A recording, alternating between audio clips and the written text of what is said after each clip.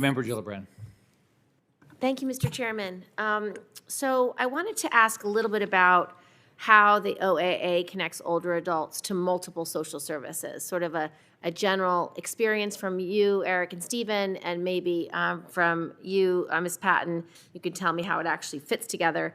But things like Medicaid, SNAP, HEAP, that our older Americans rely on. And how does this serve as an umbrella for organizational structure for delivery of critical services? And in particular, how does it affect rural Americans? Because 1 in 5 of our older adults are in rural America. Ms. Patton. Thank you for the question. So the Older Americans Act as the umbrella of many services allows us to connect people to the services that you had mentioned, Medicaid and SNAP. A lot of times we will work with individuals in our agencies that come to the front door or that are participating in a program, and we want to make sure that they're connected to the resources that are available to them, whether it is SNAP or Medicaid. But one of the things that we also do is we are, in many cases, a Medicaid diversion.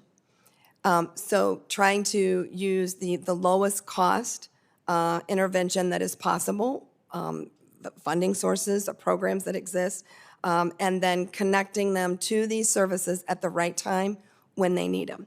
But a really good example of SNAP is an individual that gets SNAP but doesn't have transportation is not going to be able to leverage those. So we have actually, in our network, been able to leverage the Older Americans Act services and help people connect and use the services that they may be eligible for. Understood. Stephen or Eric, do you have any anecdotes about how it's worked for you? I'll go next. So here in Broward, the agency serves as like she mentioned, an umbrella organization. But then they also are an experimental organization as well, where they're reaching out to technology companies, for example, like robot puppies or robot cats, to help people deal with isolation and feelings of loneliness, and as well as like radar for alert monitoring devices, things like that. So these are things that I wasn't even aware of that existed or even needed. And I think the agency is constantly looking for other things that can help.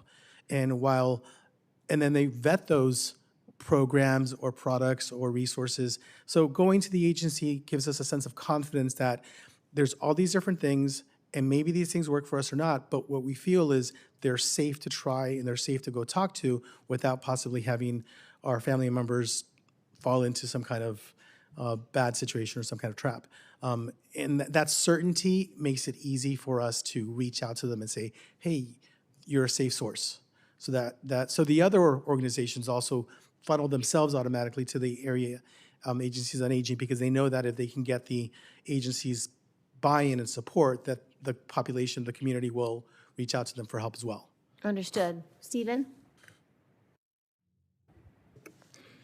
Yes, I would like to say that grassroots programs are often the closest to the need, and they see firsthand what helps older adults and people living with these cognitive diseases stay healthy and engaged.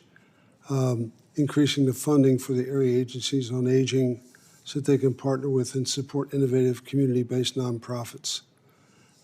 Area agencies on aging can also offer technical support and guidance to older adults who want to start local programs but may lack the experience or resources. And transportation is also, on the OAA, transportation is also often the biggest barrier for keeping older adults and people with Parkinson's and other neurodegenerative diseases. Have you used any of those transportation services? Yes, I have. And give us an example of where it made a difference for you. We've had, well, personally speaking, we've had, I got a call from a gentleman that had just been diagnosed with Parkinson's. He thought it was the end of the world. His parents had died. His girlfriend had just broken up with him. He went to the doc and was diagnosed, and he came back in. Ironically enough, a infomercial was on, and I had reached out to some people in the media and was doing a thing on Parkinson's and how to fight back against that. And he thought his world was coming to an end and saw me giving my phone number, and I got a call from him. I spent the next 2.5 hours walking him off the edge. Yes. And ended up meeting with him halfway. He was 20. He was in Baltimore City. I was up around the Pennsylvania line. And anyway, we ended up meeting halfway, and I hooked him up with a way to get from down 20 miles away from where he was to a rock steady boxing class that he would be able to Oh, that's great. take advantage of that. So that worked out very well. So thank you for Thank you. that. Thank you.